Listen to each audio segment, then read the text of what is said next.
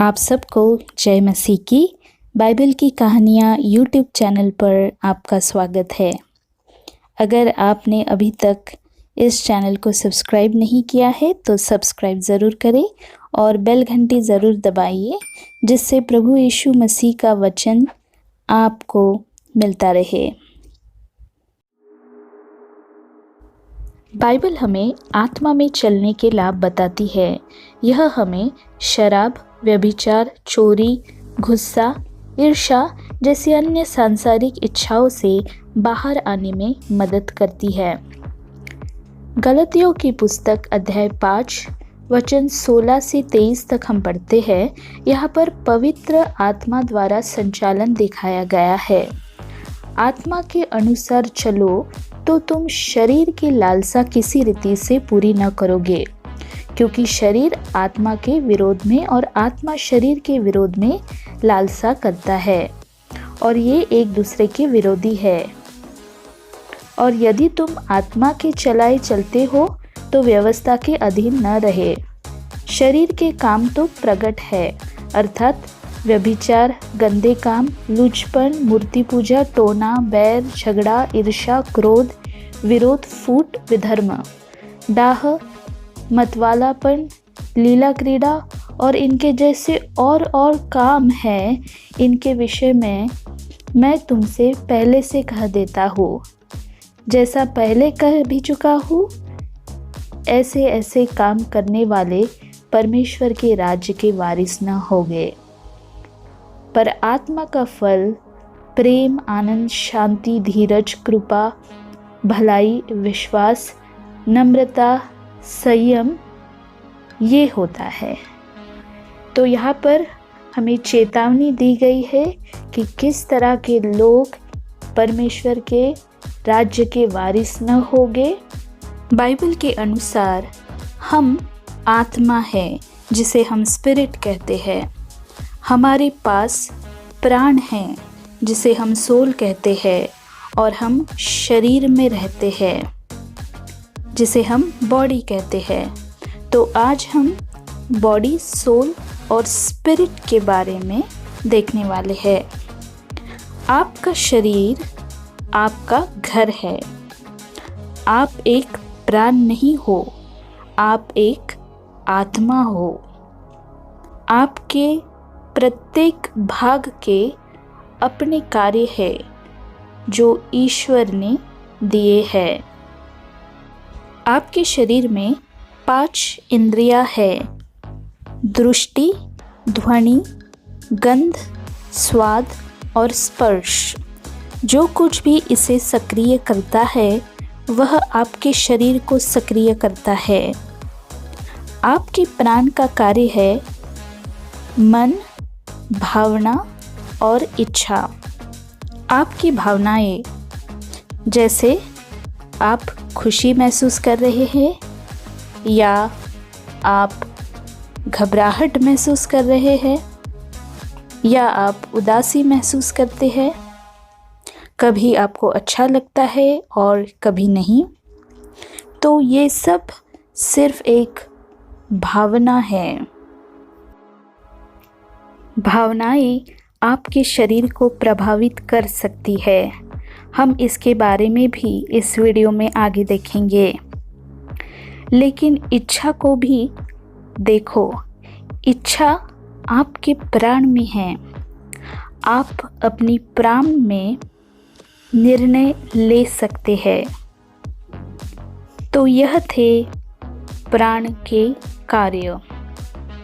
और अब हम देखते हैं आत्मा के कार्य क्या है। आत्मा के कार्य है साम्य, अंतर्ज्ञान और विवेक। अब साम्य ईश्वर के साथ एकता है। आप अपने शरीर के साथ खुदा से संवाद नहीं करते हैं। आप आत्मा के द्वारा खुदा से संवाद करते हैं। कलीसिया में बहुत से विश्वासी हैं जो परमेश्वर का स्पर्श महसूस करते हैं। हाँ, परमेश्वर आपको स्पर्श कर सकता है, आपके देह को स्पर्श कर सकता है, आप वो अनुभव कर सकते हो, आप चंगाई प्राप्त कर सकते हो। पर इन्हीं बातों पर आप निर्भर ना रहे। परमेश्वर आपके साथ, बाइबल कहती है, आत्मा में संवाद करते हैं। जब हम यूहन्ना की पुस्तक अध्याय 4 और वचन 23 को देखते हैं,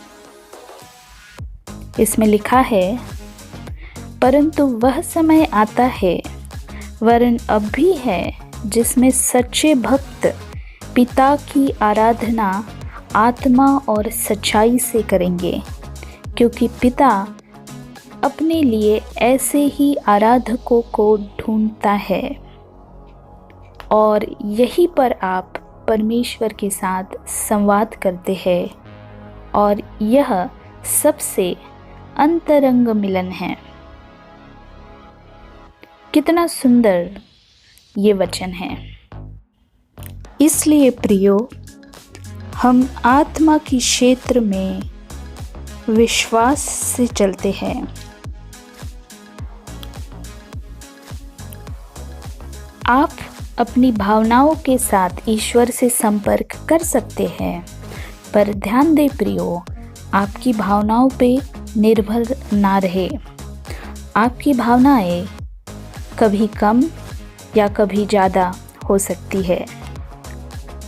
पहले कुरिन्थियों की पुस्तक अध्याय 14 और वचन 14 में हम पढ़ते हैं, इसलिए यदि मैं अन्य भाषा में प्रार्थना करूं, तो मेरी आत्मा प्रार्थना करती है, परंतु मेरी बुद्धि काम नहीं देती। इसलिए प्रियो, जब आप अन्य भाषा में प्रार्थना कर रहे हैं, तो आप आत्मा में प्रार्थना कर रहे हैं, ये जानिए। जहाँ समझ के साथ प्रार्थना करना अपनी प्राण से प्रार्थना करना होता है। ईश्वर के साथ संवाद का सबसे गहरा हिस्सा वास्तव में आपकी आत्मा है। अब हम अंतर्ज्ञान के बारे में जानते हैं। लोग आध्यात्मिक रूप से मर चुके हैं, लेकिन मृत शब्द का अर्थ सभी आत्माओं के कार्यों की समाप्ति नहीं है। पहली तीमुथियुस की पुस्तक अध्याय 5 और वचन 6 में हम यह पढ़ते हैं, पर जो भोग विलास में पड़ गई, वह जीते जी मर गई है। और लूका की पुस्तक अध्याय 15 और वचन 24 में हम पढ़ते हैं, क्योंकि मेरा यह पुत्र मर गया था, फिर जी गया है, खो गया था, अब मिल गया है, और वे आनंद करने लगे। इसी तरह हम उस अर्थ में ईश्वर से दूर हो गए हैं, मृत हो गए हैं, लेकिन आत्मा का कार्य अभी भी है। जब हम नया जन्म लेते हैं, तो हमारी आत्मा के कार्य जीवंत हो जाते हैं पूरी शक्ति में। Praise the Lord. वह पुनर्जीवित होते हैं। हल्लेलुया। इसलिए हमारे लिए अंतर्ज्ञान को जानना महत्वपूर्ण है, और बाइबल हमें बताती है कि उनके लिए जो नया जन्म लेते हैं, जो लोग मसीह में विश्वास रखते हैं, उनके लिए एक नई वाचा है जो मसीह में उनमें स्थापित हुई। परमेश्वर अपनी आत्मा आप में रखेगा और भीतर से आपकी अगुवाई करेगा। और वो उसे कैसा करता है? अंतर्ज्ञान से। कभी भी जीवन में निर्णय लेने में जल्दबाजी न करें। सुने कि परमेश्वर आपसे क्या कह रहे हैं, क्योंकि आपका अंतर्ज्ञान आपके दिमाग और आपके शरीर से तेज है।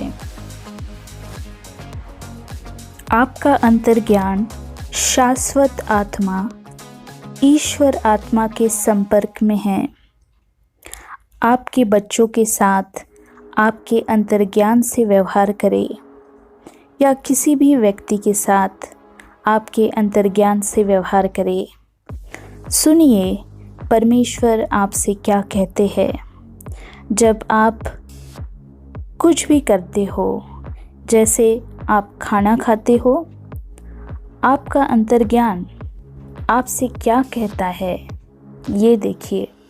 कई बार हम मोटापे का शिकार बनते हैं क्योंकि हमारी शरीर की इच्छा होती है कि हम ये खाएं या वो खाएं और हमारे शरीर पर हमारा नियंत्रण नहीं रहता है।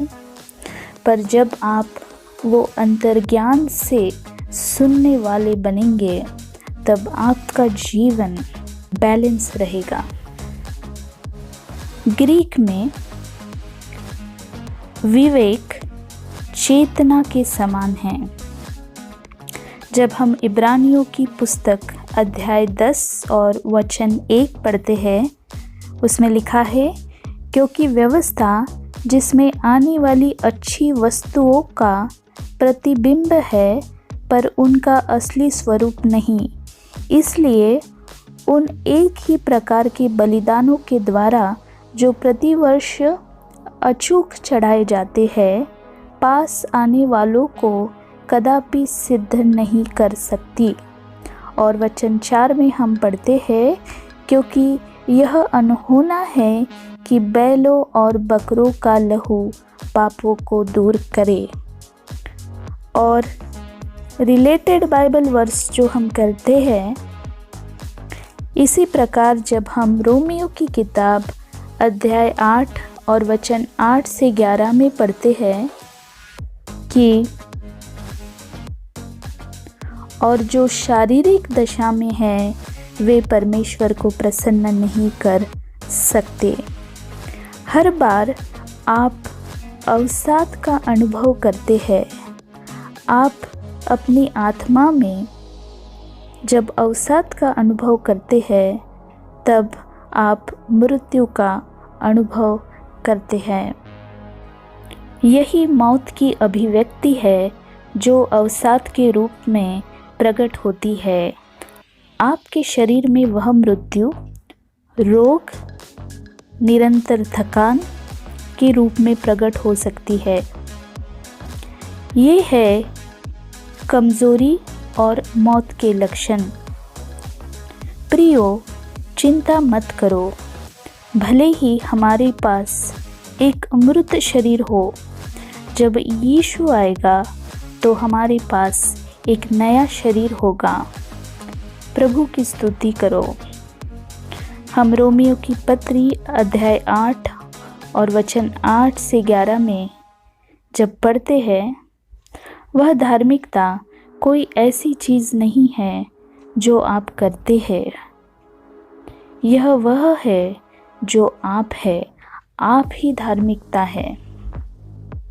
11वें वचन में हम पढ़ते हैं कि यदि उसी का आत्मा जिसने यीशु को मरे हुए से जिलाया तुम में बसा है, तो जिसने मसीह को मरे हुए से जिलाया वह तुम्हारा नश्वर देहों को भी अपने आत्मा के द्वारा जो तुम में बसा हुआ है जिलाएगा। तो आप मसीह में परमेश्वर की धार्मिकता हो। यह न केवल आपकी आत्मा में समाहित हो, बल्कि बाहर आकर आपके सोल को छू ले और फिर उसके बाद आपके देह को स्पर्श करे। इसका परिणाम स्वास्थ्य पूर्णता को ठीक करने में होता है। इससे आपको चंगाई भी प्रदान होती है। इससे आपके यौवन और शक्ति का नवीनीकरण होता है। लेकिन ध्यान दें प्रियो कि यह सब आपकी आत्मा से शुरू होता है।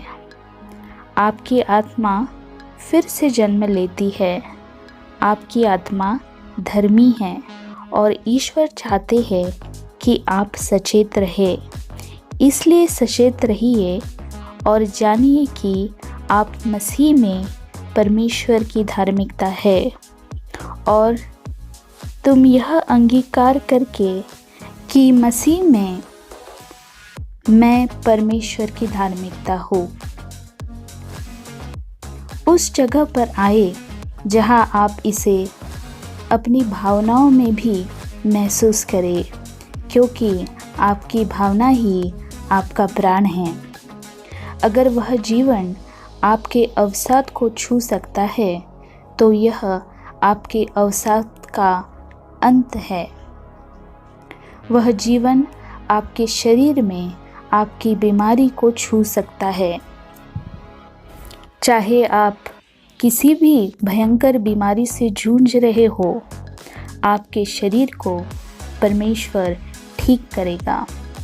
रोमियो की किताब अध्याय 8 और वचन 6 हमें यह सिखाता है कि शरीर पर मन लगाना तो मृत्यु है, परंतु आत्मा पर मन लगाना जीवन और शांति है।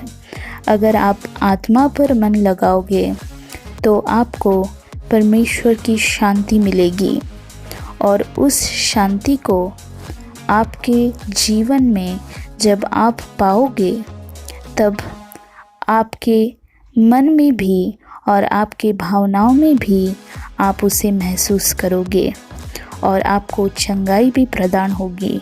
पर सबसे पहले सबसे महत्वपूर्ण ये बात है कि आपका मन होली स्पिरिट पवित्र आत्मा में लगाइए। आशा करती हूँ इस कहानी का संक्षिप्त विवरण आपको मिला होगा। मिलते हैं एक नई कहानी के साथ, तब तक आपका ख्याल रखिए। आप सबको जय मसीह की।